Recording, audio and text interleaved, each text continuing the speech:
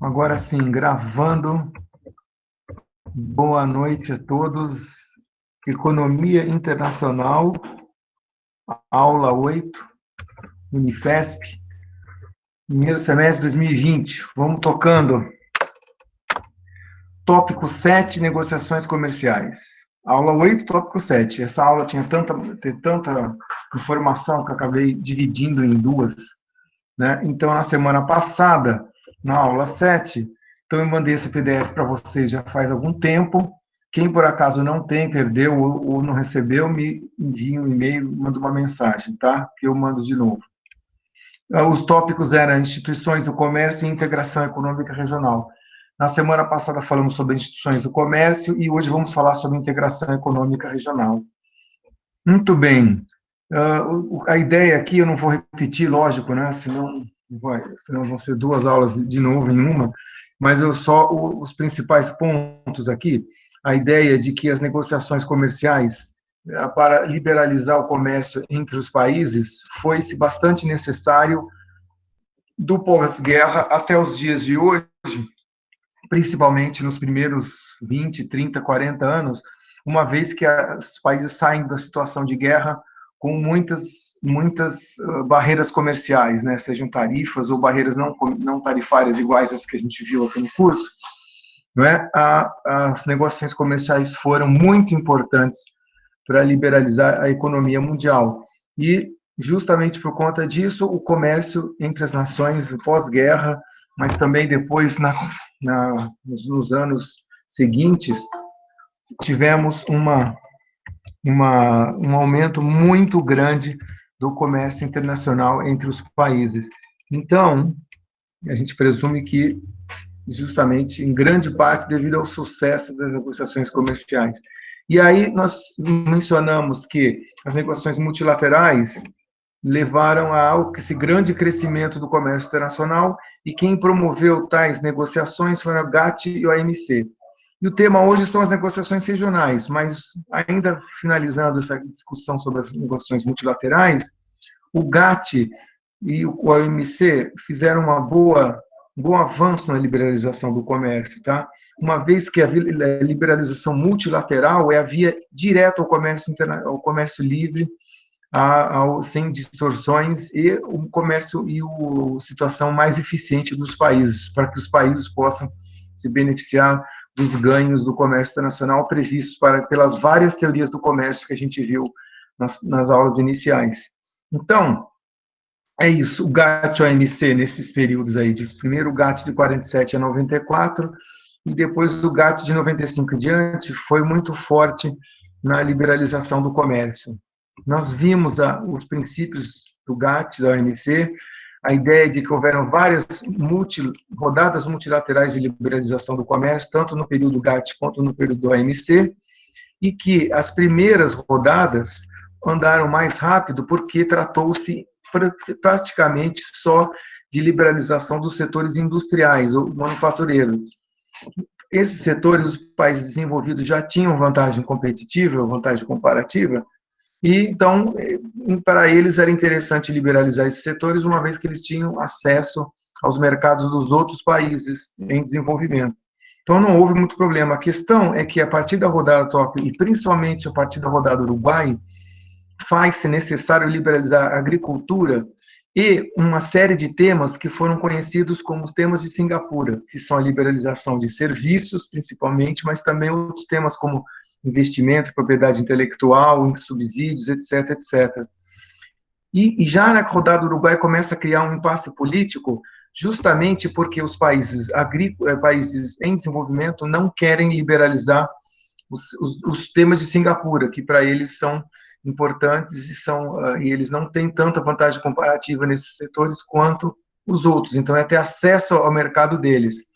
Poderia até aceitar se os países desenvolvidos aceitassem liberalizar a sua agricultura, mas não é o que ocorre, né? Os vários países desenvolvidos têm um setor agrícola com lobbies muito fortes e que convencem os seus próprios governos a manterem as tarifas e as barreiras comerciais e subsídios, principalmente no setor agrícola. Então, esse impasse político começa na rodada do Uruguai e atravessa a discussão do OMC na sua criação, na primeira rodada, que é a ideia de Singapura, né, a Conferência de Singapura, e, enfim, e até os dias de hoje, cada vez mais a OMC não consegue desenvolver mais a liberalização do comércio, dado esse grande impasse político que se acentuou primeiro na rodada do Uruguai do GATT e depois em todas as rodadas da OMC, porque, novamente, os países agrícolas, países desenvolvidos não querem liberalizar a agricultura,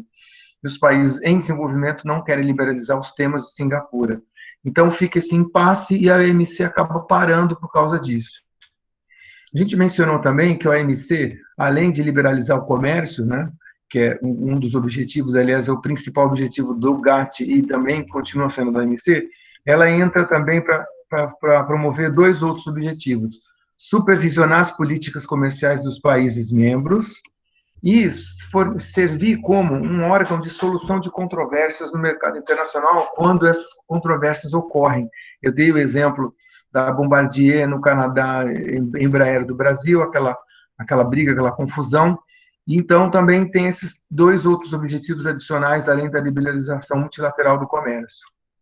E, finalmente, agora aí sim, a transição para no período recente, nós mencionamos que a China entra em 2001 na OMC, promovendo, né, bastante o aumento do seu comércio internacional, muito acentuado nos anos 2000, inclusive permitindo que o Brasil, né, se beneficiasse e crescesse bastante naquela década com as exportações de minério e de soja para a China. Enfim, então é isso. O impasse político fez com que chegássemos nesse ponto aqui, né, que a liberalização multilateral fica praticamente parada porque os países desenvolvidos não querem liberalizar a agricultura e os países em desenvolvimento não querem liberalizar os temas de Singapura. Aí o que acontece? Coincidência ou não, muito mais provável, não coincidentemente, ou nesse período em que começam, ou seja, final da rodada do Uruguai até hoje, em que começam a andar de lado, ou patinar, ou até mesmo parar a liberalização multilateral, uma outra modalidade de liberalização do comércio começa a avançar em várias partes do mundo, que é justamente a liberalização regional do comércio ou negociações comerciais, tá? Que são negociações, e agora sim é o tema da aula de hoje, né? A integração econômica regional, ou negociações regionais, ou regionalismo, como prefiram, né? São vários nomes para a mesma coisa. Mas é uma liberalização dentro de um grupo fechado de países, tá? É um subconjunto dos países liberam o comércio entre si, liberalizam as tarifas entre si. Então, por exemplo, dentro desse grupo fechado de países, as tarifas vão para zero, as barreiras comerciais também são diminuídas ou até zeradas, né? Dentro de um grupo fechado de países. Cabe notar que o ponto principal da liberalização regional é que dentro do grupo vale o comércio livre, tá? Mas as tarifas anteriores e as barreiras não tarifárias anteriores continuam valendo para quem estiver fora do bloco regional de comércio.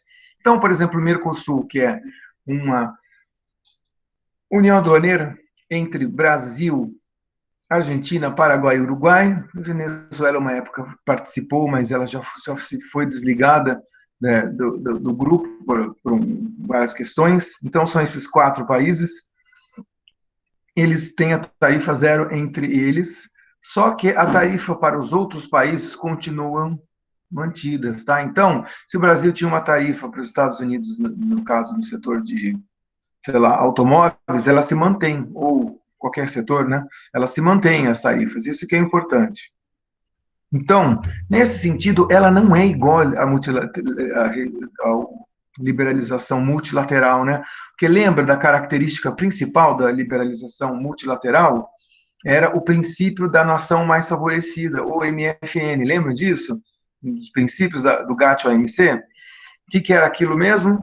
Sempre que você liberalizasse lá no comércio multilateral, sempre que você liberalizasse a tarifa de algum produto para um país, isso valia para todos os outros países que fossem membros do GATT ou OMC. Enfim, a gente gostaria que fossem todos os países, é quase como se fossem todos os países, mas na verdade não são todos, né? Mas a grande maioria dos países. Então tem aí o GATT hoje tem mais, o OMC hoje tem mais de 200 membros. Então o que acontece? Se dentro da OMC o Brasil liberaliza, diminui a tarifa de algum produto de 35% para 10%, ou mesmo para zero, isso vale para os outros 200 membros da OMC. Esse que é o interessante. Então, estende o benefício para todos. Já aqui na integração econômica regional, o problema é exatamente esse, né? Que você mantém para os outros países que estão fora do grupo. Tá? Esse é um comentário. Então, é um problema vamos dizer assim, da liberalização regional quando você compara com a multilateral. A multilateral ela é mais eficiente, porque você está pegando todos os países do mundo. Já a regional ela está pegando um conjunto, como eu vou dizer, específico de países, né? Bom, mas enfim, apesar disso, como na liberalização multilateral nós paramos pelo impasse político, então aconteceu isso, os países foram fazendo vários blocos, aí tem vários exemplos que eu já vou mencionar daqui a pouco, tá? Que eu acho que eles estão aqui. Eu já vou, os slides que eu pulei, eu já volto daqui a um segundo. Ou seja, os grandes blocos recentes de comércio, a maior parte deles realmente é do período recente.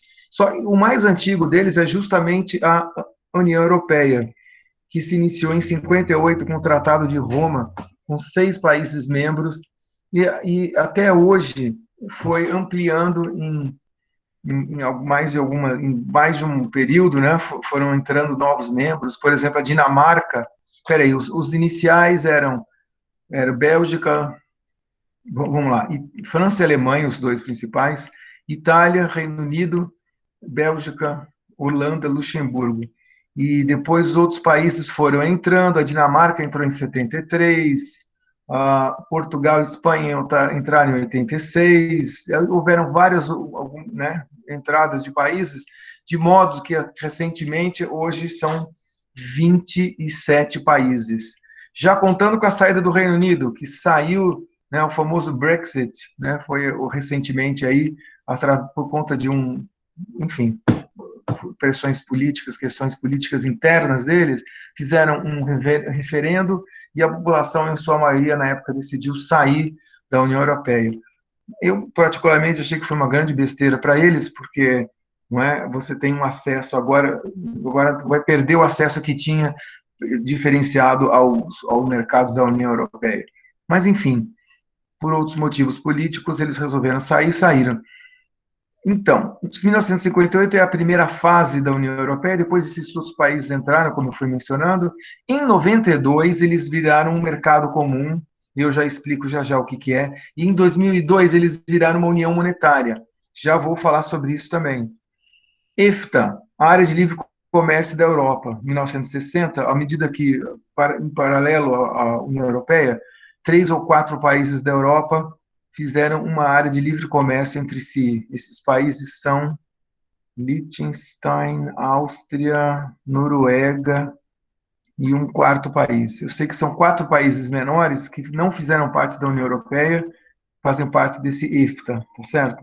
E aí, olha só nos outros continentes do mundo, África, Ásia, Américas, você tem os vários esquemas de integração econômica regional, né?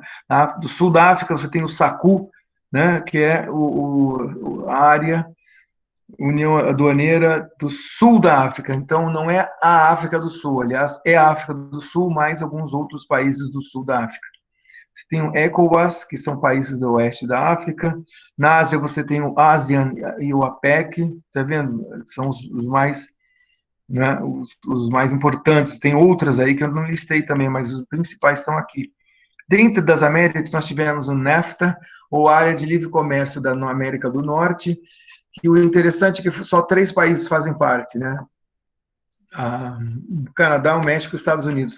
O Canadá e os Estados Unidos eram países com estrutura econômica tão próxima que eles, em 88, fizeram uma área de livre comércio entre eles.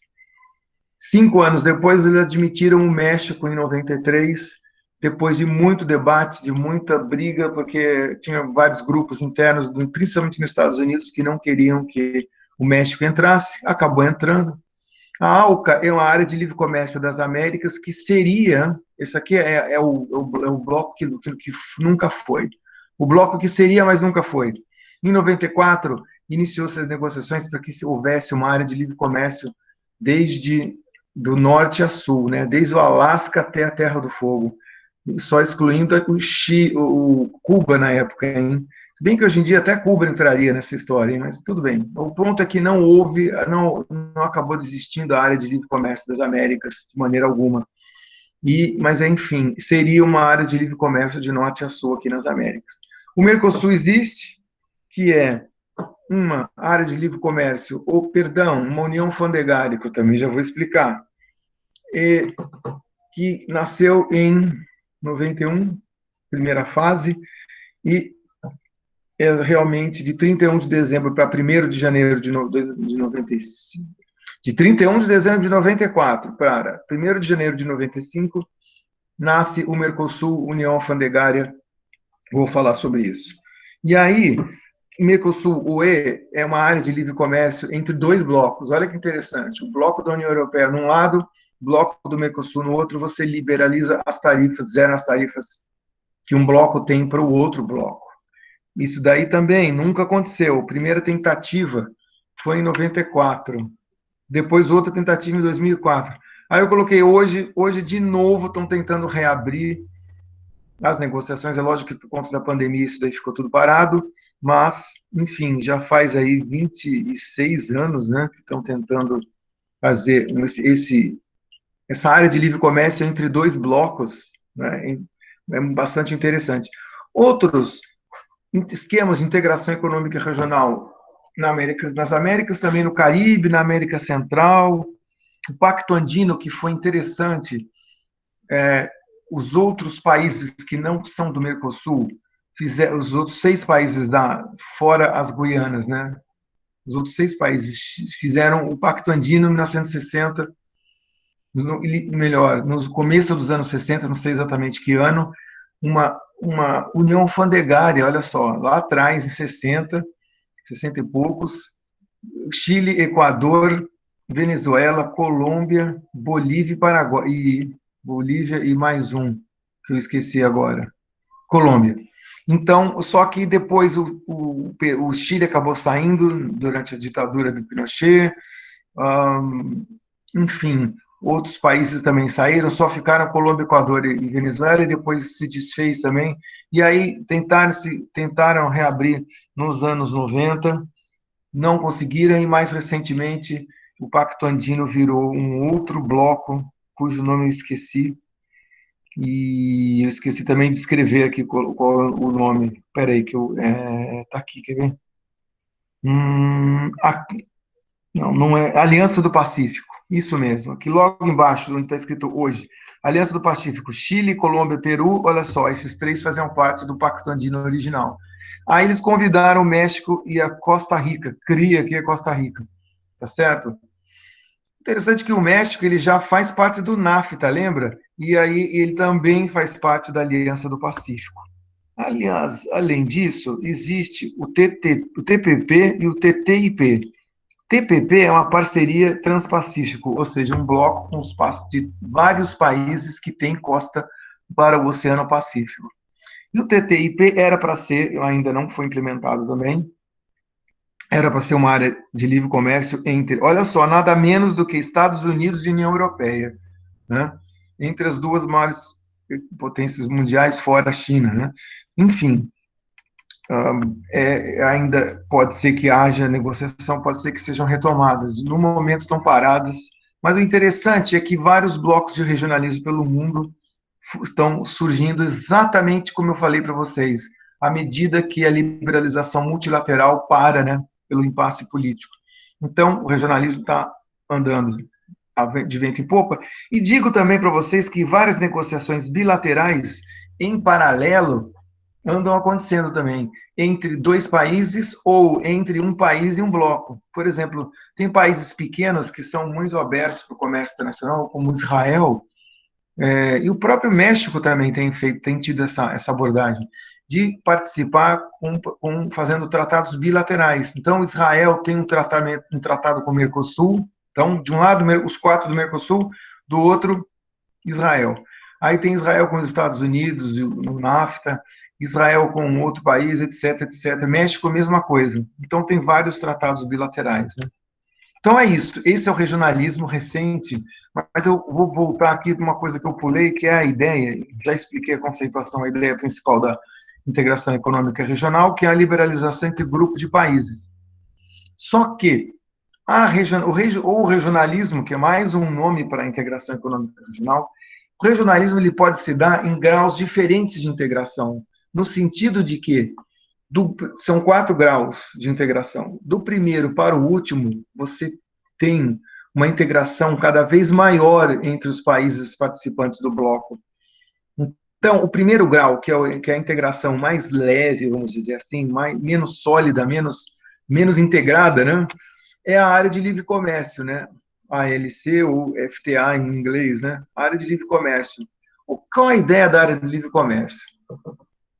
Então, a primeira ideia da integração regional é que dentro de uma área de livre comércio, os países zeram a tarifa entre si.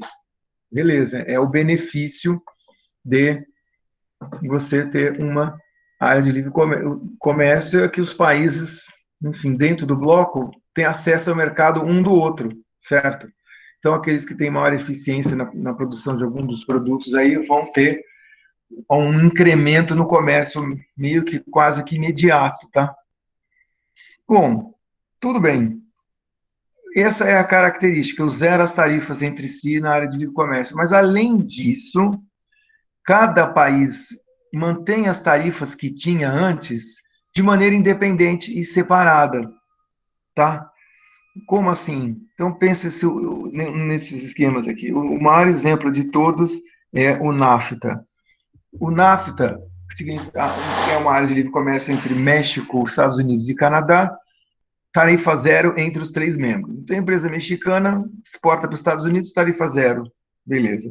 Só que as tarifas para o resto do mundo, antes do NAFTA, prevalecem cada um com a sua. Então, é possível que os Estados Unidos tenham uma tarifa de automóveis de 6%, e o México, para importação de automóveis do resto do mundo, de 6%. Já o México pode ter uma tarifa de 35% ou de 20%. O Canadá pode ter uma tarifa de 10%. Cada um pode ter a sua, entendeu? Para os outros países de fora do bloco. Esse é um ponto importante sobre a questão da área de livre comércio. Só que, então é isso, tarifa zero dentro do bloco, para fora do bloco, cada um tem sua própria tarifa para o resto do mundo, de maneira independente. Beleza. Quando você tem esse esquema de área de livre comércio, uma coisa importantíssima é criar uma coisa chamada regra de origem. Em outras palavras, qualquer produto que passe na aduana dos 3 produtos da área de livre comércio tem que ter a regra de origem. Ou seja, um produto que é fora do NAFTA vai ter a regra de origem que vai fazer com que o país pague a tarifa de né, do país de destino. Então, lembra esse exemplo?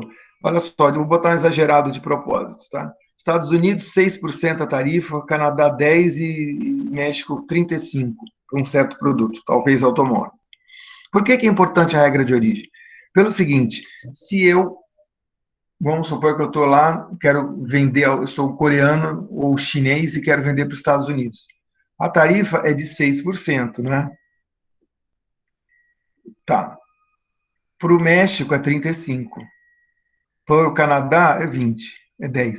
Então, beleza, eu mando o automóvel para o México, para os Estados Unidos, paga a menor tarifa possível, é 6%. Quanto eu estiver mandando para os Estados Unidos é 6%. Se eu estiver mandando para o Canadá, Aí já é 10, um pouquinho mais. E se eu estiver mandando do estado para o México, 35 é uma baita tarifa. Então, pensa aquele exportador chinês, malandro, que chega e pensa assim, já tive uma ideia aqui, vou fazer uma triangulação.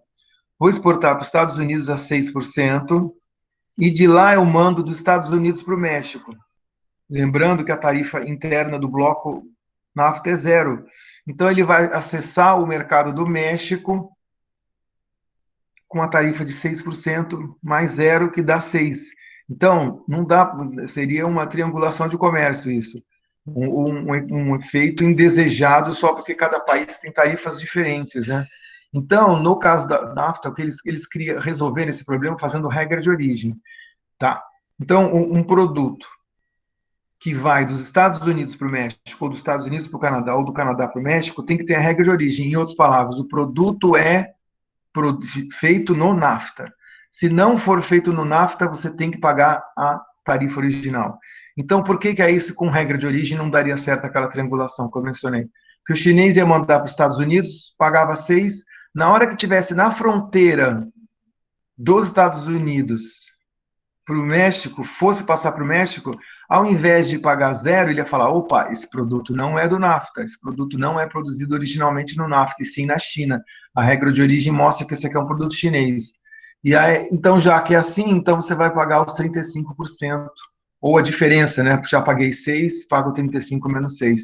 Tá? É assim que a área de livre comércio resolve o problema de cada país ter tarifas independentes ou diferentes para o resto do mundo, tá bom? Então, o NAFTA é um dos maiores exemplos, ou o principal exemplo de área de livre comércio, embora existam muitas e muitas e muitas áreas de livre comércio. Lembrando, graus de integração, o menos integrado é a área de livre comércio. Existe um negócio chamado união alfandegária, que é o segundo nível dentro, né, dos graus de integração possível do regionalismo. O que é uma união alfandegária? Nada mais é do que uma área de livre comércio, beleza, igualzinho, só que tem uma diferença da área de livre comércio. Ao invés de terem cada um sua tarifa independente para o resto do mundo, eles vão ter uma tarifa externa comum, ou TEC, para os membros, para os países não membros do bloco, tá certo? É um modo de resolver essa questão aqui, ó, voltando, das regras de origem, né? Se cada um tem tarifas diferentes, que nem um exemplo, 6, 10 e 35, eu preciso de regra de origem. Agora, e se eu escolher uma tarifa externa comum, ao invés de ser 6, 10 e 35, eu escolho uma tarifa só. Por exemplo, 20, ou por exemplo, 6, ou por exemplo, 35. Algum número que seja a mesma tarifa. Aí não vai precisar de regra de origem, certo? Por quê? Porque se for o chinês tentar exportar, vamos supor que a TEC seria 20% se o NAFTA fosse uma união alfandegária. 20% seja entrando nos Estados Unidos, entrando no Canadá ou entrando no México, a tarifa seria a mesma, né? Uma tarifa externa comum, vai pagar 20. Então, vindo de onde for, passando por onde for, vai pagar os 20% do mesmo jeito. Tarifa de países não membros é a mesma, dentro da ideia que o bloco tem uma TEC. Tá. Então, eu não preciso mais de regra de origem. Mas por que é uma integração maior? Porque envolve uma dependência maior um do outro, no seguinte sentido: vou ter que ter negociação política, porque, gente, agora eu tenho que escolher uma tarifa externa comum, tá certo? Se eu não escolher, e para escolher a tarifa externa comum envolve negociação. Imagina no caso do Mercosul, 4 países tiveram que negociar para cada produto uma TEC, tá certo? Que, obviamente, inicialmente não era a mesma. Mesmo esse exemplo fictício que eu dei aí, tá? Vamos supor que o NAFTA resolvesse virar uma união alfandegária, eu tinha que escolher uma TEC para esse produto. Lembra? México, Estados Unidos, 6. Canadá, 10. México, 35. E aí, eu escolho na média, escolho sei lá, alguma coisa no meio, 12, 20, ou não funciona bem assim na prática, porque os países têm, como é que eu vou dizer, têm poder políticos diferente, né, um do outro. Então, no caso dos Estados Unidos, que pode ter um maior poder político lá dentro do NAFTA, pode chegar e falar: Hello, Mexico, no way. Nada de tarifa alta. Os Estados Unidos está acostumado a receber baixas tarifas de 6%, né, que é um setor liberalizado. Aí, de repente, vai cobrar 20%. 20 é bem mais do que 6, né? Então, pode ser que os Estados Unidos não queiram. Isso aconteceu muito na negociação do Mercosul, viu? O Brasil, Argentina, Paraguai e Uruguai. Nem preciso dizer que o Brasil tem maior poder político e poder econômico, né? E com o tamanho da economia dentro do bloco, e o Brasil muitas vezes impôs a sua tarifa anterior como para adoção da TEC. Tá? Então, o setor automotivo, a TEC do Mercosul hoje é 35%, pessoal. 35% a tarifa externa comum de automóveis do Mercosul. E no começo, lá, antes de entrar o Paraguai e o Uruguai, coitados, tinha uma tarifa super baixa para importação de automóveis, né? Mas na hora da negociação não conseguiram segurar a onda e aí foi 35 mesmo. Então agora o Paraguai, se quiser importar, tem que pagar 35%, né, que é a tarifa externa do Mercosul. Bom, enfim, ossos do ofício, né? E a questão da integração maior, porque agora os países se dependem mais um do outro, né? Então, eu preciso de negociar as TECs. Então o que é uma união alfandegária? É uma ALC, uma área de livre comércio, com TECs, com tarifas externas comuns, né, para países não membros. O que mais? Terceiro grau de integração é o mercado comum. O mercado comum, ele é uma união alfandegária, ou seja, tem livre comércio dentro do bloco, tem tarifa externa comum, certo? Então, é uma união alfandegária. Só que, além disso, ela tem uma livre movimentação dos fatores de produção, ou seja, livre movimentação de capital e trabalho dentro do mercado comum. Então, pensa bem nesse sentido, a imigração e investimentos são livres dentro do bloco. Pensa bem como isso aqui é um grau de integração maior ainda comparado com os dois anteriores. No mercado comum, você precisa liberalizar a migração interna. Então, tá, hoje, um argentino, se o Brasil, se o Mercosul fosse um mercado comum, e o nome Mercosul, Mercado Comum do Sul, né, enganador, porque a gente pensa que no Brasil, que no Mercosul nós temos um mercado comum. Não temos. Nós temos uma união alfandegária imperfeita. Imperfeita eu já explico por quê, mas o Mercosul é uma união alfandegária. No caso, o mercado comum tem uma união alfandegária, ainda tem livre movimento de trabalho e capital. Então, um banco argentino pode se estabelecer no Brasil sem restrições, um banco brasileiro sem restrições no Paraguai, um trabalhador brasileiro pode trabalhar onde ele quiser na Argentina, um trabalhador paraguaio pode trabalhar no Brasil, tá certo? Claro que existem normas, né, educacionais, por exemplo, de diploma, de validação de diploma, essas coisas. Para poder liberalizar isso, eu tenho que ter um grau de integração maior ainda. Então, no caso do Mercosul, não é um mercado comum. Então, não é que um argentino pode trabalhar em qualquer lugar no Brasil sem restrição. Não existe isso. O lugar onde tivemos um mercado comum que funcionou bem, que funciona até hoje, é a União Europeia. A partir de 92, lembra que a União Europeia era uma união alfandegária, que nasceu em 57, foi aumentando o número de países. Chegou em 92, eles liberalizaram o mercado de trabalho e de capital. Então, a partir de 92, a União Europeia virou também um mercado comum. Então, e é por isso que, se você é italiano, tem um passaporte italiano, você pode trabalhar nos outros países da União Europeia, ou se você é português, com passaporte português, pode trabalhar em outros países da União Europeia, e assim por diante. Tá? Então, a partir de 92, a União Europeia é um mercado comum. Por que eu falo até entre 92 e 2002? Porque em 2002, a União Europeia deixou de se tornar um mercado comum para virar União Monetária, que é o quarto e último grau de integração, né? Integração mais forte ainda. O que é uma União Monetária? É um mercado comum, só que tem uma diferença, um mercado comum que tem uma moeda comum, única, uma moeda única que circula entre os seus países membros, tá certo? Então, nesse sentido, o que aconteceu em 2002 foi exatamente isso. A União Europeia adotou uma moeda comum, ou seja, o euro, para circular entre os países membros. E aí as moedas nacionais que existiam antes foram desativadas e substituídas pelo euro. Por que aqui, né, eu estou falando que a União Monetária ela precisa ser precedida de uma coordenação de políticas macroeconômicas, principalmente política monetária e cambial. Pensa bem, numa situação da União Europeia antes de você ter a mesma moeda. Quando você tem a mesma moeda, a política monetária é a mesma, não é? Entre todos os países. É uma só taxa de juros, porque eu tenho só um banco central que vai, como eu vou dizer, gerar uma moeda e essa moeda vai circular entre os países. Então é um banco central só, não tem mais, sei lá, 13, 14 bancos centrais com 13, 14 moedas. Então, uma taxa de juros só. Agora, qual taxa de juros eu escolho, hein? Para ser? Qual banco central?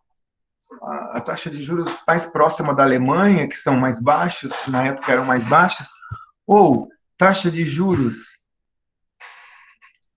da Itália, que, por ter uma inflação maior, tinha uma taxa de juros maior também, inflação maior, ou alguma coisa intermediária. Então, é isso.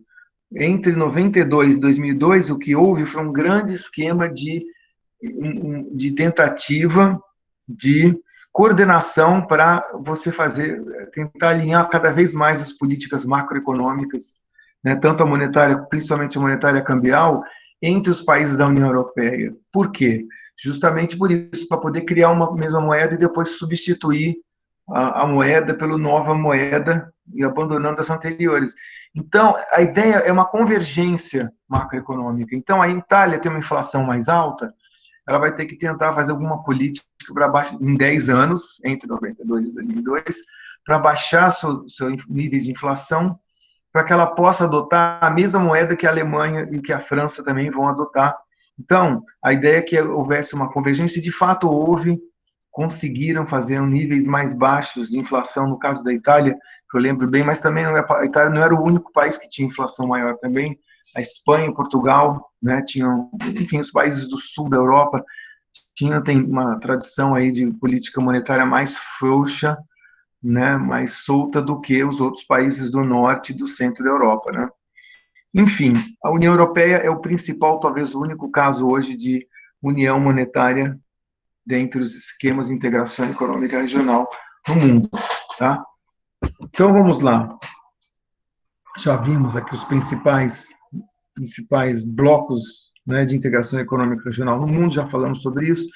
E aí a questão é o debate de multilateralismo versus regionalismo. A gente já viu, e eu já falei também, que a liberalização multilateral é a via direta ao livre comércio, no seguinte sentido: quando você inclui todos os países do mundo, ao contrário de só alguns, você tem a tendência a tendência de ser aumentar a eficiência, de aproveitar dos países, né, da eficiência maior dos países que participam, dos setores dentro daqueles países que participam. Ou seja, quando você coloca 200 países, a probabilidade de você pegar o país que tem o produtor ou produtores mais eficientes é bem maior, né? Então, por exemplo, eu tenho 200 países, gera a tarifa sei lá, automóveis, os produtores mais eficientes dentre os 200 países do mundo vão estar lá. Agora, quando você começa a restringir, né, um grupo de países, só 5 ou 10, ou 4, 3, o que acontece? Eu vou liberalizar a tarifa entre os países do grupo, né, beleza?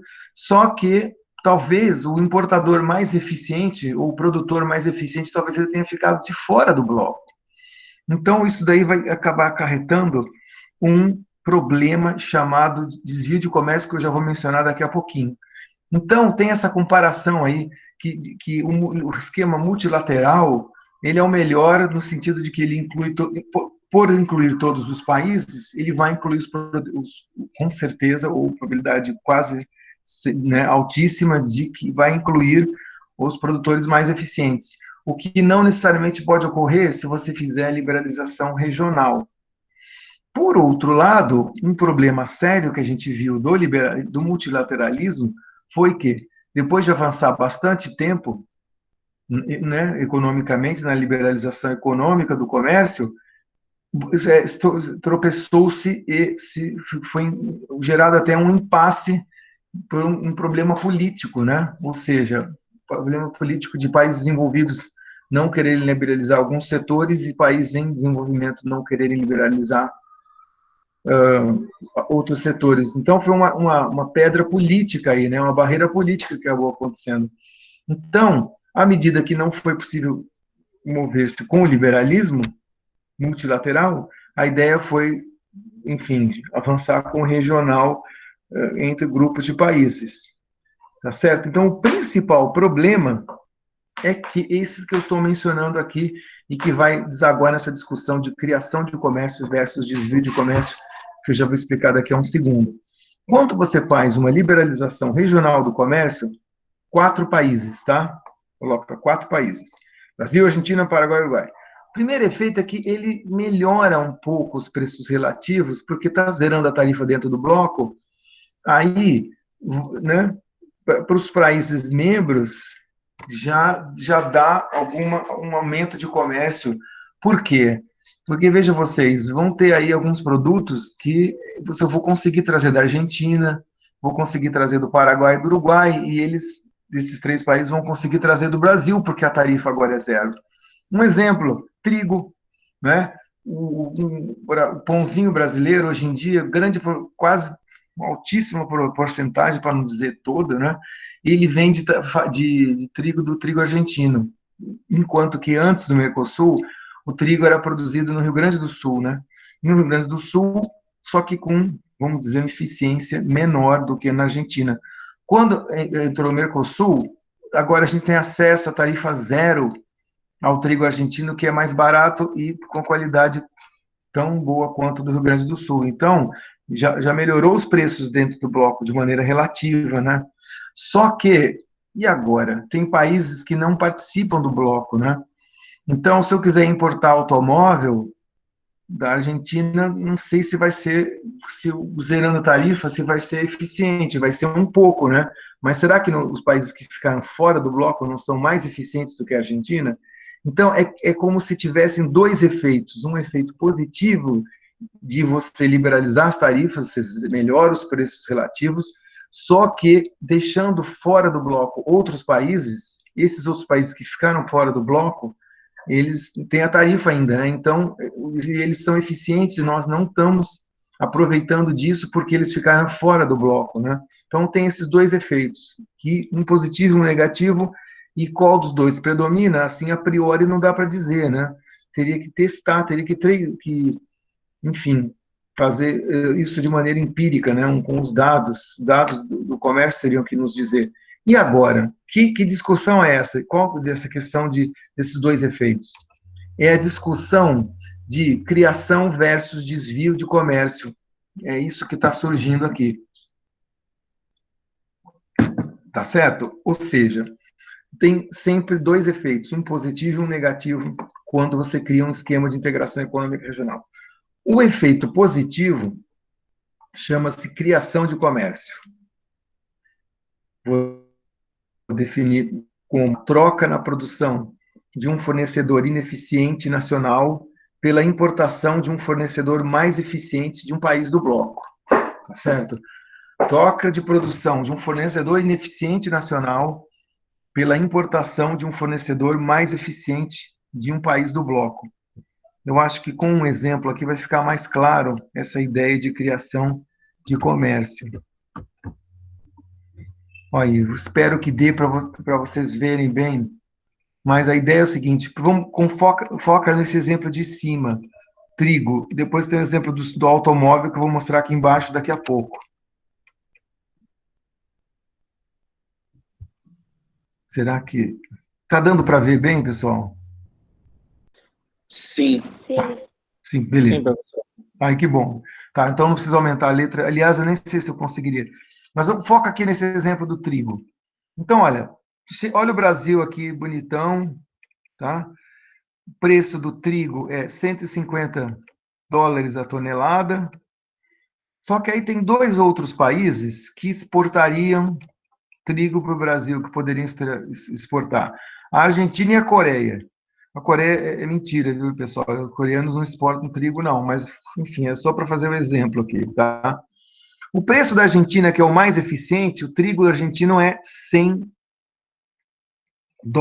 a tonelada, e o coreano é o trigo mais ineficiente, $200 a tonelada. Então, compara Brasil 150, Argentina 100, Coreia 200. Só por esses preços, a gente já vê que a Argentina é o produtor mais eficiente de trigo.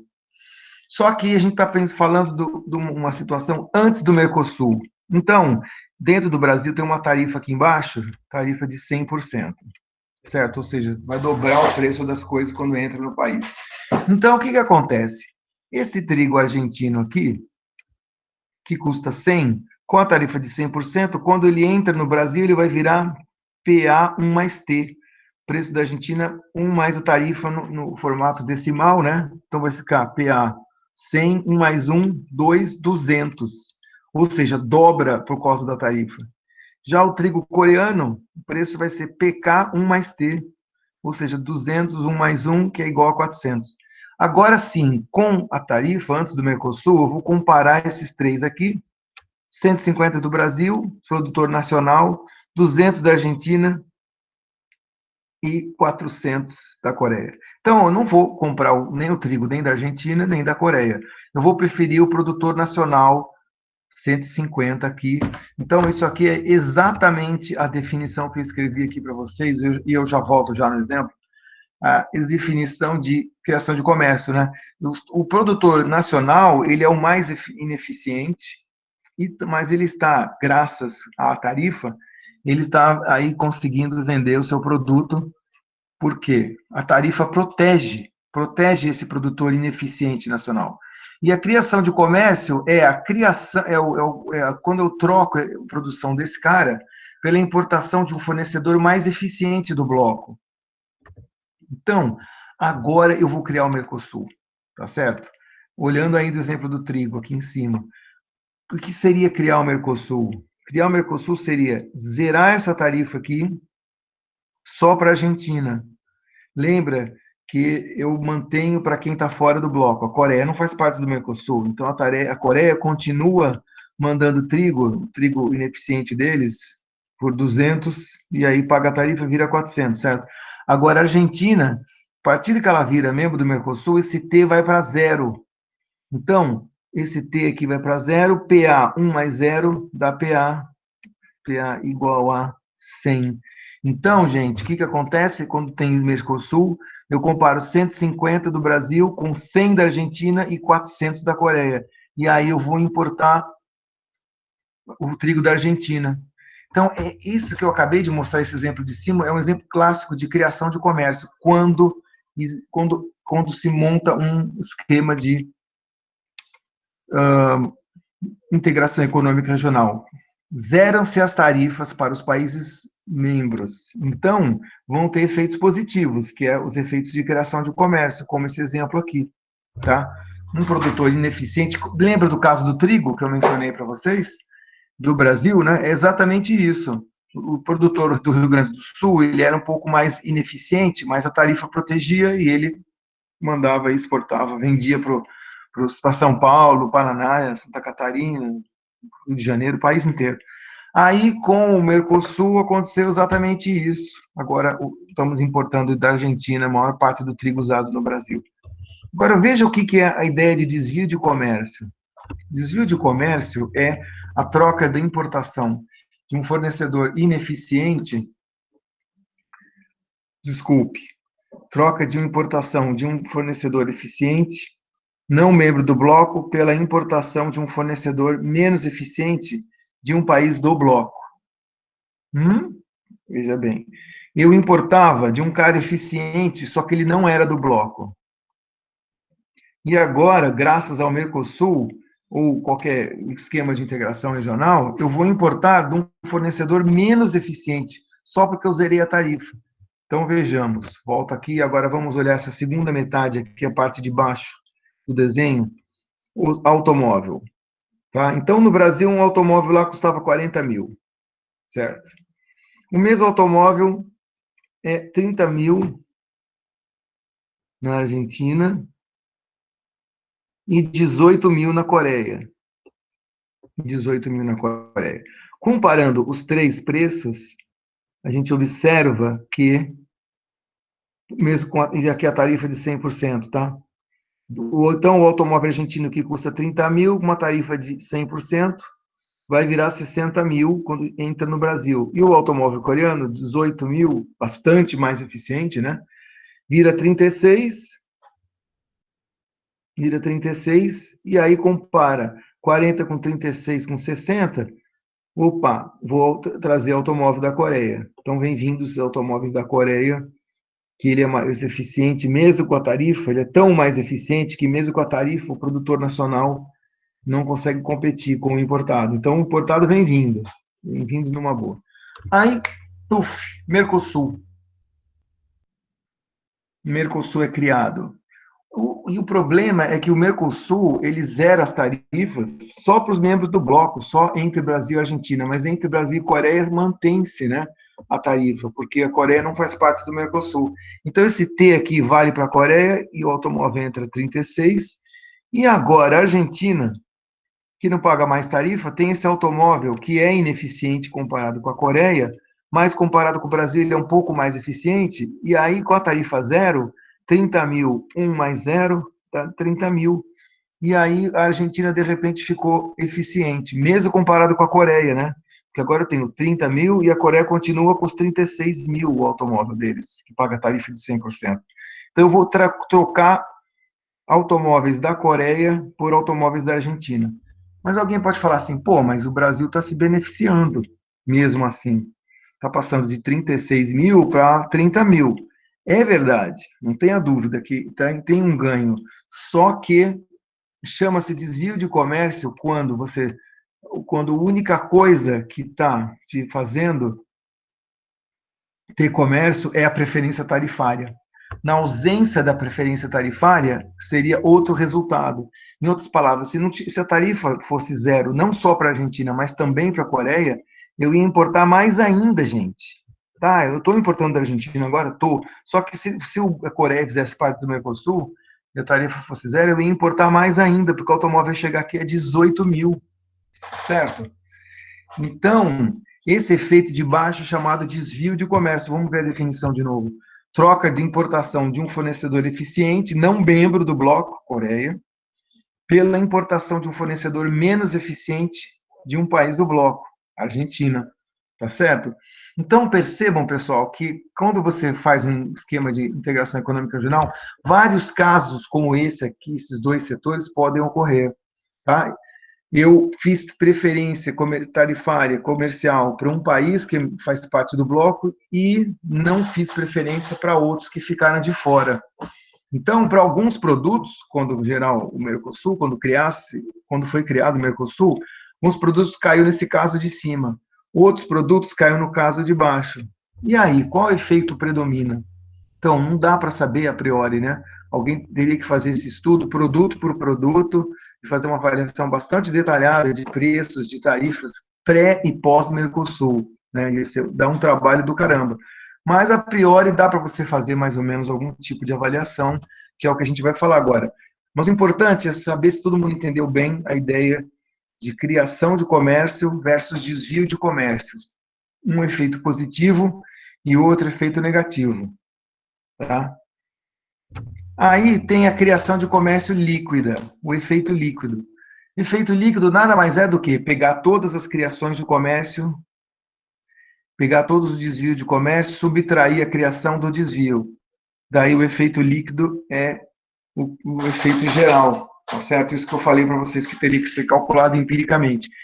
Se a criação de comércio for maior que o desvio de comércio, o bloco vai ter um efeito positivo da criação do bloco. Se a criação de comércio for menor que o desvio de comércio, criar um bloco vai ser, como é que fala? Vai ser vai ter né? vai ser negativo o efeito líquido da integração econômica regional. Então, esse efeito aí é chamado de efeito estático da integração regional, tá? Enfim, então é isso, temos criações e desvio do comércio e temos um efeito líquido. Se um é maior que o outro, né, positivo ou negativo, a gente vai saber se o bloco mais criou comércio do que desviou ou se ele mais desviou do que criou, tá certo? Então agora, dá uma olhada no exemplo aí, gente. No exemplo, que esse exemplo ele é meio enroladinho, tem que prestar bastante atenção. Tá? É assim, isso aqui é uma análise que chama análise tática de Meade. Tá? Um exercício aqui é o seguinte: faz de conta que o produto é aço, tá bom? O produto é aço, e o mercado que você está avaliando é o mercado argentino. Então, estamos lá nos hermanos, vendo que o mercado de aço deles. Eles podem trazer um aço tanto do Brasil quanto do Japão. Tá? Eu posso comprar do Brasil ou do Japão. O aço, beleza. Só que o Japão é mais eficiente do que o Brasil, ou seja, o preço deles é mais barato do que o nosso. Então lembre-se disso. O Brasil também produz aço, só que o preço é mais caro, então ele é relativamente menos eficiente. Tá certo? Então, e tem uma tarifa inicial. A Argentina, ela tem uma tarifa T para o aço japonês e para o aço brasileiro. Ora, se o Japão é mais eficiente, então, se a tarifa valer para os dois países, o Japão continua sendo mais eficiente, certo? Vou mostrar isso no gráfico daqui a pouco. Só que, depois de algum tempo, vai ter Mercosul. A Argentina vai entrar no Mercosul, ou seja, ela vai zerar a tarifa de aço só para o Brasil. E aí eu te pergunto, como que é a criação e desvio de comércio? Tá? Então, esse é o exercício. Então, relembrando, produto, aço, mercado, Argentina. Beleza? Eu importo aço do Brasil e do Japão. O Japão é mais eficiente, tem um preço menor. Tem uma tarifa T. Depois eu vou criar, a Argentina vai fazer parte do Mercosul e zerar a tarifa só para o Brasil. Tá bom? Então, essa é a ideia. Aí foca no gráfico aí. Dá uma olhadinha, consegue enxergar bem? Ó, Professor, dá para ver direito. dá para ver? Legal. Então, é mercado de aço da Argentina. Aqui é a oferta de aço dos produtores argentinos. Curva S. E essa curva D é a demanda de aço na Argentina. Beleza.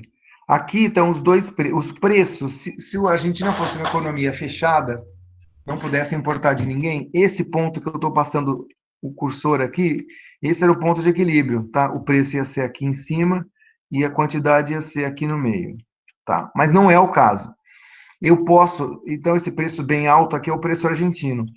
Lá embaixo está o preço brasileiro, aqui, ó, PB.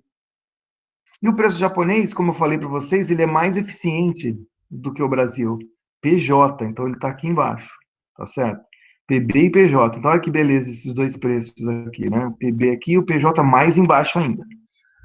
Só que a Argentina cobra uma tarifa T.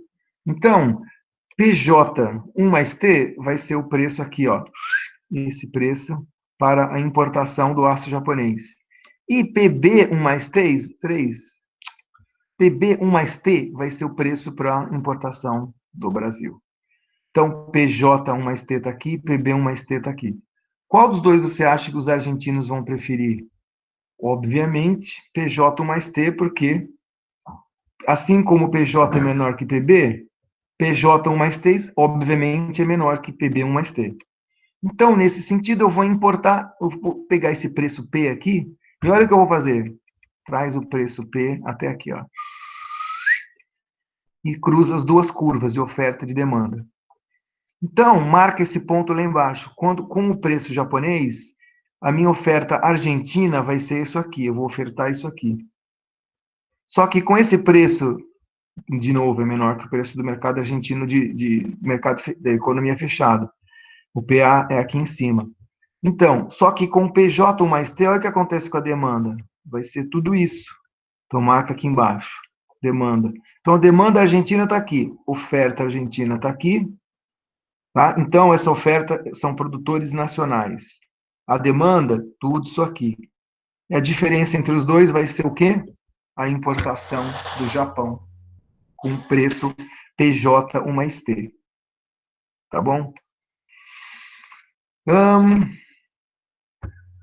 E aí, e é isso. Eu importo do Brasil? Não, porque o Brasil está com preço mais alto aqui, PB1 mais T. Então, esquece Brasil, estou trazendo aço do Japão com esse preço aqui. Minha oferta local de produção argentina é só essa, e a demanda é tudo isso, é isso aqui. A diferença entre os dois é a importação, a quantidade importada que eu trago do Japão.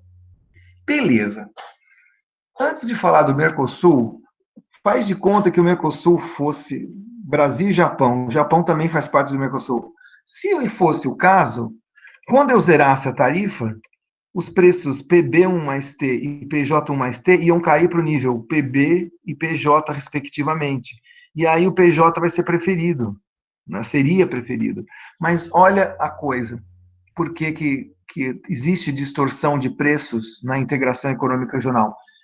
O Mercosul é só para o Brasil. Então eu zero essa tarifa aqui só para o Brasil. Para o Japão continua PJ1 mais T. PB1 mais T vira PB1 mais 0 ou PB. Então agora o preço não é aqui PJ1 mais T, e sim PB. Daí é lógico que na Argentina eles vão preferir agora trazer aço do Brasil, porque PB é menor do que PJ1 mais T. Estão vendo? Olha o que acontece. E aí, com esse preço mais barato ainda, a produção local vai ser menor ainda. Os aços, produtores de aços argentinos, com esse preço mais baixo, vão produzir menos ainda. E a demanda vai ser maior ainda. Como é que eu sei? Marca aqui o PB até a curva de demanda e vem aqui embaixo, dá tudo isso de demanda. Então, a demanda, que era aqui, aumentou para cá. A oferta local, que era isso, diminuiu mais ainda.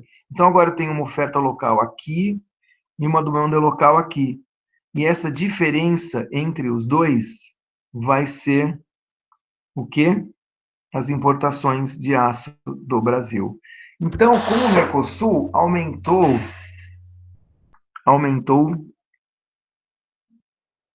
as importações de aço, tá? Aumentou. Só que a custa de um desvio de comércio, porque o Japão era o mais eficiente. E ele ficou fora, né?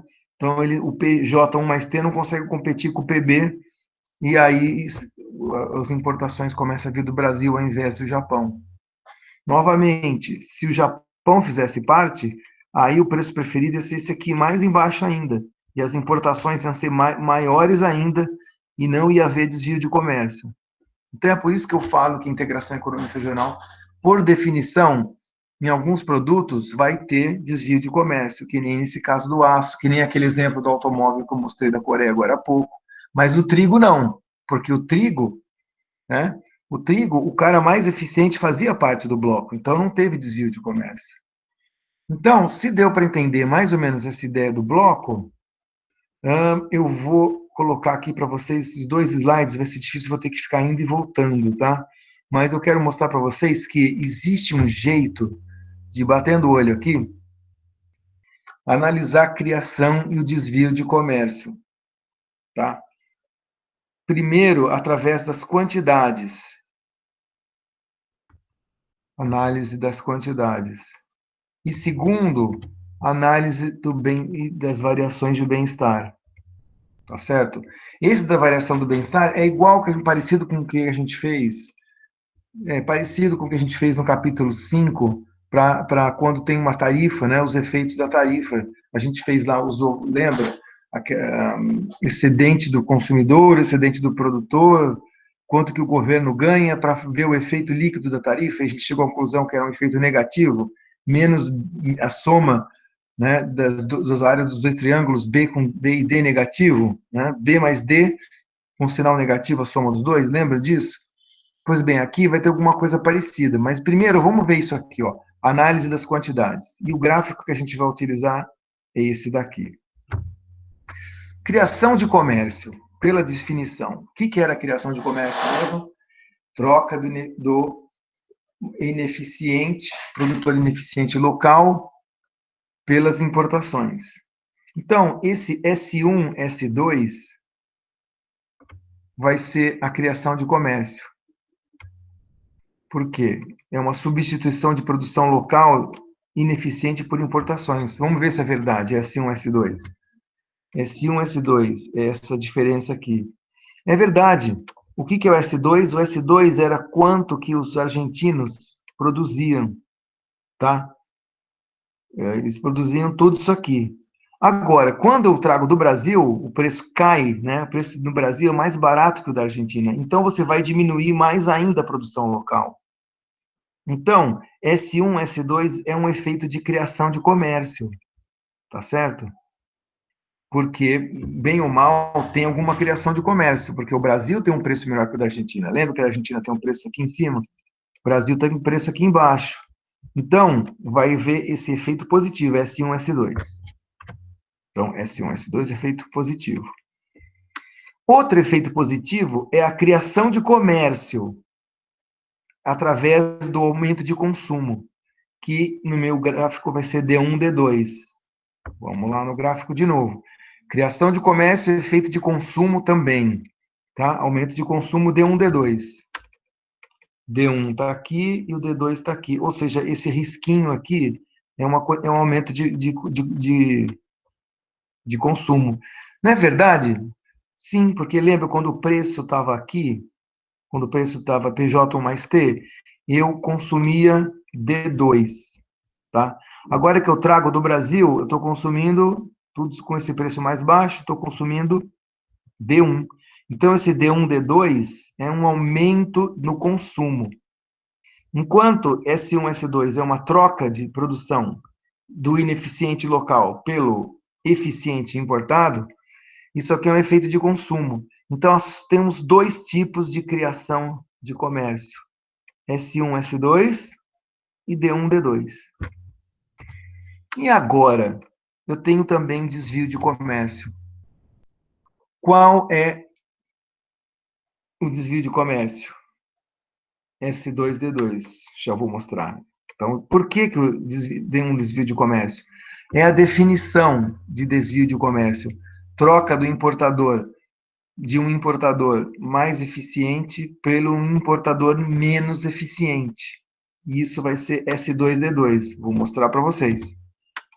S2 está aqui, D2 está aqui. É essa importação aqui. Esse pedacinho, por que era uma troca de um eficiente por um ineficiente? Da onde que vinham essas importações antes? Da onde? Japão.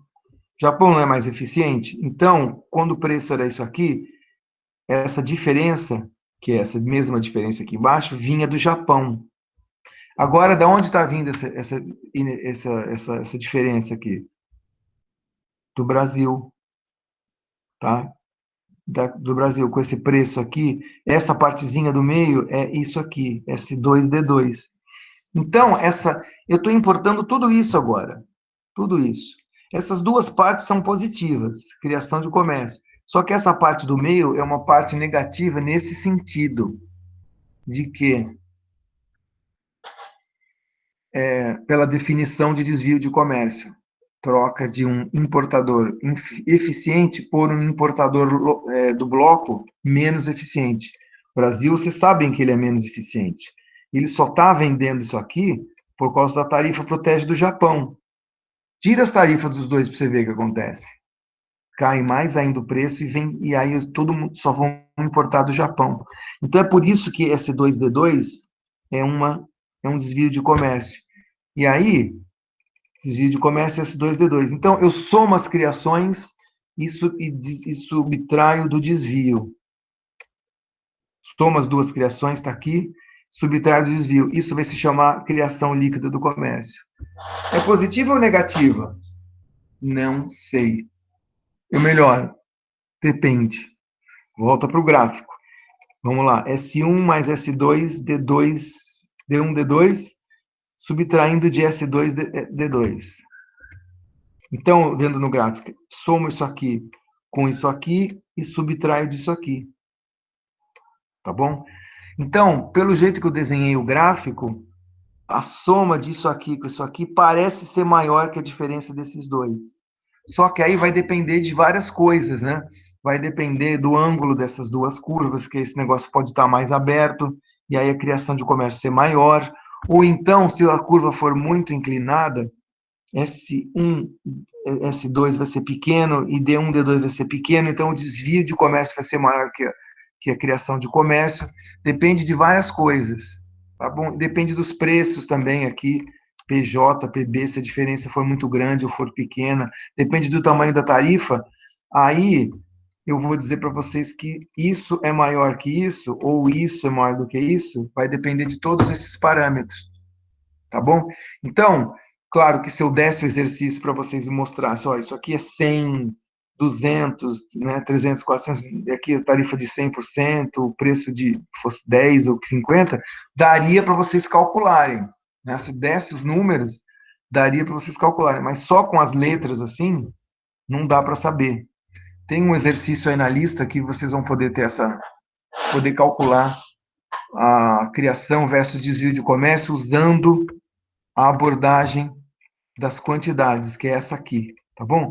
Viu como é bem fácil, né? S1, S2 mais D1, D2 menos S2, D2. Então é a soma disso com isso, subtraído disso. Essa abordagem é fácil.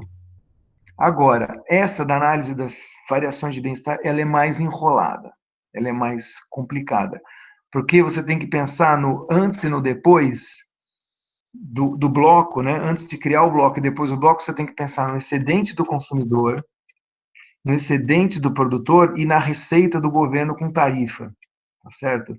É uma coisa que a gente tem que ver bem devagar, bem passo a passo, tá? Então vamos lá. Primeira coisa, excedente do consumidor. O que era mesmo excedente do consumidor? É tudo que está abaixo da curva de demanda e acima da linha de preço. Antes do Mercosul, qual era o excedente do consumidor? Então, abaixo da curva de consumo, de demanda e acima da linha de preço. A linha de preço não era PJ mais T? Era, né? Então, esse grande triângulo aqui, que eu vou mostrar mais ou menos, ó. Vai aqui e vem aqui. Esse triângulo é o excedente do consumidor pré-Mercosul. E pós-Mercosul? Bom, pós-Mercosul, o preço cai para PB. Então, o triângulo excedente do consumidor, qual que vai ser? Vai ser tudo que está abaixo da curva de demanda e acima da linha de preço. Abaixo da curva de demanda e acima da linha de preço. Ou seja, esse triangulão maior com essas arinhas aqui. Qual a diferença de um triângulo para o outro? Pré-Mercosul com pós-Mercosul. Toda essa área pintadinha. Toda essa área pintada com esses pintinhos, que é a área A. Esse triangulinho é a área B. Esse retangulinho é a área C. E esse triangulinho é a área D. Então, o excedente de consumidor é A mais B mais C mais D, que é o que eu escrevi aqui, ó. A mais B mais C mais D é o ganho de excedente do consumidor. Então, eu vou mostrar de novo, tá? Pré-Mercosul, o excedente do consumidor é esse triângulo aqui, branco, vamos dizer, que está entre a curva de demanda e a linha de preço, que era PJ mais T. Quando o preço cai para PB, o triângulo fica maior. Agora ele vai ser esse triângulo aqui, né? Abaixo da curva de demanda e acima dessa linha de preço. Então ele vai incluir essa base aqui, que eu coloquei essa área A, mais B, mais C, mais D. Beleza, acho que isso aí deu para entender, né? E o excedente do produtor? No caso, o produtor argentino. Putz, excedente do produtor, a definição era abaixo da linha de preço e acima da curva de oferta. Eu estou falando umas coisas que eu não sei se vocês lembram disso de micro 2, hein? Mas, enfim, eu falei isso na aula 5, estou falando isso hoje de novo. Ganhos de variação de bem-estar, né? Que a gente viu lá em micro 2 ou micro 3, talvez, acho que micro 2. Então, gente, pré-Mercosul, excedente do produtor, preço PJ, 1 mais T, aqui, abaixo da curva de oferta, ou melhor, acima da curva de oferta. abaixo da linha de preço e acima da curva de oferta. Esse triângulo que vai até aqui, ó.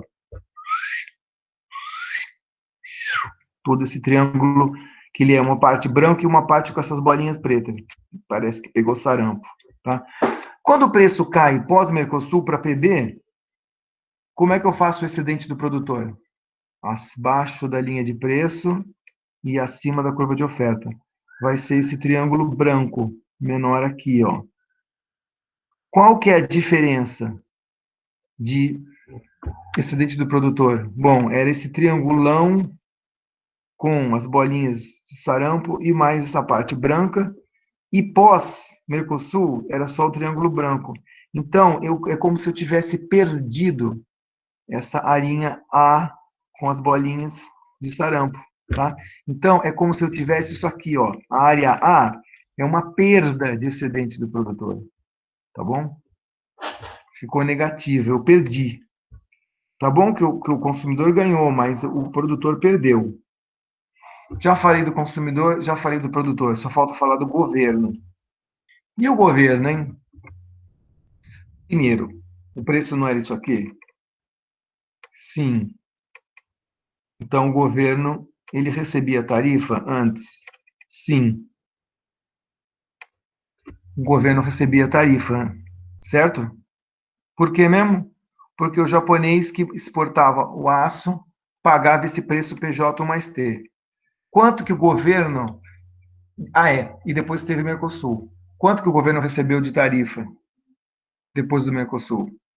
Zero, porque o Brasil está exportando com esse novo preço aqui, totalmente está exportando nesse novo preço, sem pagar tarifa. Então, o governo teve uma perda, porque antes ele recebia tarifa do Japão, agora ele não recebe nada. Qual foi a perda do governo? Fica de olho. O preço que era pago pelos japoneses era PJ mais T, então é isso aqui. E qual que era a quantidade? Essa daqui também. Então, essa aqui é a quantidade. E cadê a tarifa T? É essa altura desse retângulo. Como é que eu sei que essa altura desse retângulo é a tarifa? Porque é PJ1 mais T menos PJ. PJ1 mais T menos PJ dá T. Dá PJT, que é exatamente o que o governo perdeu, né? PJT, esse retângulo aqui, que eu chamei de área C e de área E. Então, vamos lá agora. Os dois retângulos C mais E, volta aqui. C mais E é quanto o governo perdeu de receita tarifária. Quanto ele teve perda de receita tarifária, soma de C mais E. Então, pessoal, olha só. O que acontece é que tem um ganho do consumidor, uma perda do produtor argentino e uma perda do governo argentino. Então, a perda do ganho do consumidor, A mais B mais C. Perda, A. Outra perda, menos C mais E. Menos C menos E. Foi a líquido que está aqui embaixo, ó, aqui o consumidor, A mais B mais C mais D, menos A, que é a perda do produtor, menos a soma de C com E, que é a perda do governo. Aí eu cancelo A com A, C com C, olha o que vai acontecer. Vai acontecer que vai sobrar B mais D menos E.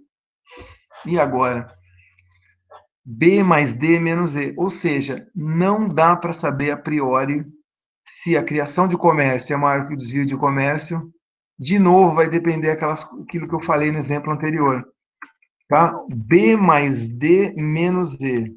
Se isso mais isso for maior que isso, a criação de comércio vai ser maior. Mas se for menor, vai ter desvio de comércio líquido, certo? Vai ter mais desvio do que criação. Então, vai depender dessas arinhas. E como que eu posso saber se essas arinhas, as somas são maior do que esse? Que os dois triângulos são maior que esse E. Vai depender também do ângulo das curvas. Por exemplo, me acompanha aqui. Se esse S tivesse um ângulo maior, esse triângulo B ia ser maior e se essa curva D tivesse também um ângulo maior, esse triângulo D ia ser maior. Então, a probabilidade da soma dos dois triângulos ser maior que a do retângulo aumenta, né? E a mesma coisa com o T, o tamanho da tarifa inicial. Uma tarifa de 100%, uma coisa, uma tarifa de 10%, essa queda pode, se fosse maior ou menor, né? Depende disso também, da tarifa. Então, resumo da ópera. Vou resumir essa análise meio confusa, que eu sei que a primeira vez que vocês estão vendo é complicado. Eu posso medir criação e desvio de comércio de dois jeitos. Primeiro, análise de quantidades, que foi essa primeira fase, né? A soma dessas coisas menos essa.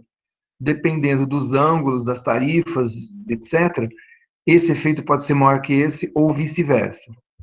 Um outro jeito de ver é através da análise de bem-estar, que nem em micro 2, né, que a gente avaliava o excedente do consumidor, do produtor e do governo, antes e depois do Mercosul. A gente chegou à conclusão, no nosso caso, que B mais D menos E é o efeito líquido. Então, se B mais D for maior que E, criação líquida positiva. Se for menor, criação líquida negativa. Tá bom? Do que depende essa criação líquida de comércio, criação menos desvio? Vai depender dessas coisas aqui, pessoal, que eu listei nesse slide, tá bom? O que eu coloquei no slide. Primeiro, a elasticidade de demanda, elasticidade de oferta. Elasticidade faz com que a curva seja mais ou menos inclinada. Lembrando, né, também um outro conceito de micro. Outra coisa é a questão do preço, o preço inicial. Se a queda do preço inicial, comparado com o preço final, for maior, né, vai ter efeito de criação de comércio ou desvio de comércio menor. E, finalmente, o tamanho da tarifa. Se for uma tarifa alta, que cai para zero, por caso do Brasil, ou se for uma tarifa baixa, que cai para zero, esses efeitos vão ter efeitos diferentes, né? Então, aí, enfim, tem um exemplo que eu coloco para vocês lá na atividade, mas eu só queria mencionar, antes de passar para isso, falar duas ou três coisinhas para complementar, que é a questão do... Olha só o que eu escrevi aqui embaixo. Se a gente tivesse uma liberalização multilateral do comércio, volta aqui. Tá? O Mercosul agora é a liberalização multilateral, ou seja, o Japão, Brasil, todo mundo faz parte do Mercosul. 200 países fazem parte do Mercosul. Qual seria o resultado? Isso vai provar e mostrar para vocês por que a liberalização multilateral, em termos de preços, ela é melhor que a regional. Ou seja, quando era Mercosul, o Brasil só tem um preço melhor que o Japão, porque a tarifa do Brasil não paga tarifa e o Japão paga. Agora, e se os dois não pagassem tarifa? O preço ia cair daqui para cá, porque a tarifa ia ser zero para os dois, e PJ é menor que PB. Então, olha o que ia acontecer. Eu ia importar muito mais, com um preço maior, o efeito de demanda ia ser maior. Então, o efeito S1 com S2 ia ter tudo criação de comércio, não ia ter desvio de comércio. Esse desenho do meio aqui, né, não ia ter, porque eu ia trazer primeiro do Japão e ia continuar importando do Japão. Tá certo? Se o Japão fizesse do Mercosul, ou melhor, se usasse a multilateralismo ao invés do regionalismo, o Japão, né, com a nova tarifa zero, o Japão a Argentina ia importar do Japão toda essa diferença aqui. Então, não ia ter desvio de comércio. Tá certo? Essa que é essa resposta da pergunta aqui. Se tivesse liberalização multilateral ao invés de Mercosul, e nós íamos continuar trazendo do Japão e ia trazer bem mais. Tá certo? Bom, um último comentário que eu queria mostrar para vocês bem rapidinho. São dois comentários rápidos. Primeiro é que existem efeitos dinâmicos da criação de blocos de comércio. Não é só efeito de preço, tá certo? Até agora, pela análise de mídia, a gente mediu os efeitos estáticos, a variação de preço. Mas existem vários outros efeitos dinâmicos e que se dão no longo prazo de uma integração econômica.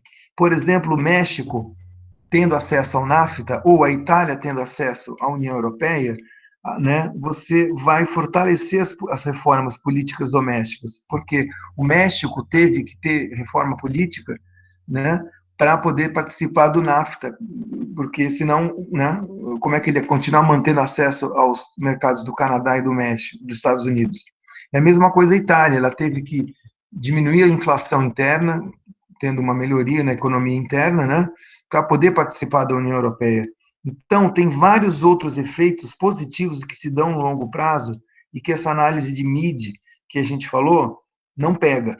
Por outro lado, são efeitos difíceis de medir, tá? Eu só mencionei alguns deles aqui para vocês darem uma olhada com calma depois. Acesso à tecnologia mais eficiente, as empresas mexicanas participando do NAFTA, né, comercializando com os Estados Unidos e Canadá, vão ter agora acesso a tecnologias mais eficientes,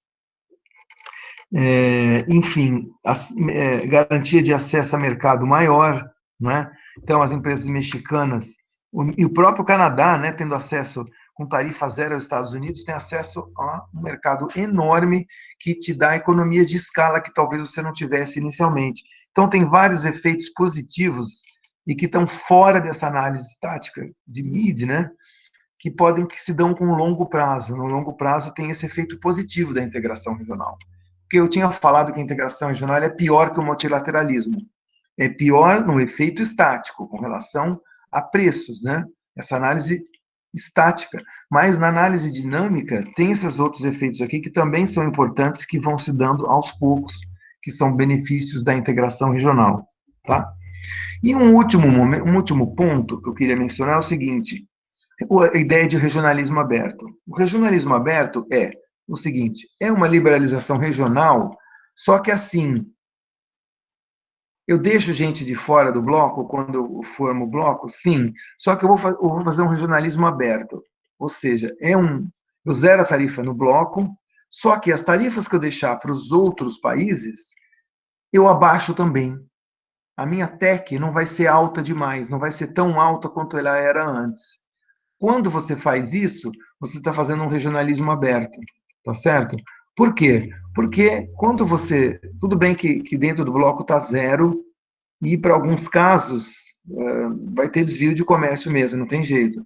Mas, no regionalismo aberto, eu baixo as TECs. As TECs são mais baixas do que era antes. Então, pode ser que para alguns produtos, né, vai ter importação de membros de fora do grupo de integração regional, tá? E o interessante é que, lembra de toda aquela lista de blocos que eu mencionei no começo da discussão? Todos aqueles blocos, a maior parte deles é de regionalismo aberto, ou seja, verdade que eles zeraram a tarifa só para os membros do bloco, mas as TECs que a maior parte daqueles blocos adotaram são menores ou, em alguns casos, até bastante significativamente menores do que era antes da adoção do bloco. Então, tem esse efeito positivo também, chamado de regionalismo aberto, tá? Bom, é isso. A atividade é em duas partes, tá? A atividade, essa parte 1, você já viu, eu já mencionei, mostrei na aula passada, e só com o que a gente discutiu na semana passada já dá para responder essa questão 1. Então, vocês já podiam ter começado a pensar nessa questão. Já a questão 2 é da aula de hoje. É o seguinte, é o Mercosul, tá? Os 4 países do Mercosul, e do ponto de vista da Bolívia agora, tá certo? Estou olhando o mercado da Bolívia. Bolívia e Mercosul, e tem um terceiro membro, que é o Japão, tá certo? Então, a única questão que eu calculo aqui é o seguinte: se existe criação e desvio do comércio, se a Bolívia entrar no Mercosul, no setor de automóveis, tá? Que é esse produto aí. E aí eu peço para você fazer esse cálculo, tanto do modo das quantidades, quanto da variação de bem-estar. Se tiver alguma dificuldade de calcular, aí vocês me falam depois. Aí eu pergunto se vale a pena a Bolívia entrar no Mercosul. Vale a pena a Bolívia entrar no Mercosul nesse setor se a criação de comércio líquida for maior que zero, ou seja, se a criação for maior que o desvio. E aí dá para calcular desse modo que eu mostrei para vocês. Pelas quantidades, né, aquelas diferenças de criação menos desvio, e também na análise de bem-estar, aquelas áreas B mais D menos E. Então, usando esses números aqui que estão aqui, vocês conseguem calcular tudo. Por exemplo, a tarifa T é 100%. O preço dos automóveis que vêm do Mercosul é 30 mil dólares, que vem do Japão é 20 mil dólares. Dá para saber a produção local inicial era 100, né? E as importações do Japão iniciais eram 5 mil, tá? E aí, olha o que acontece. A produção local caiu para ser 50 e as importações aumentou para 6 mil. Com todos esses números, vocês jogando aqui, ó, jogam esses números aqui e aqui, nesses numerinhos S1, S2, D1 e D2, vocês já conseguem calcular tanto isso aqui, reação líquida, quanto isso daqui, B mais D menos E, tá? Só com esses numerinhos que tem aqui no exercício, vocês conseguem resolver. Se alguém tiver alguma dificuldade, me fala depois, tá? Mas, enfim, em uma semana aí, vocês conseguem tranquilamente, entre os grupos, né, resolver essa questão 1 e a questão 2 e me mandar assim que for possível, de preferência, né, daqui a uma semana. Beleza? Então, isso aqui é a atividade 7. E assim terminamos a aula 8 de hoje, né, de comércio internacional, de economia internacional. Agradeço, termino aqui a gravação da aula.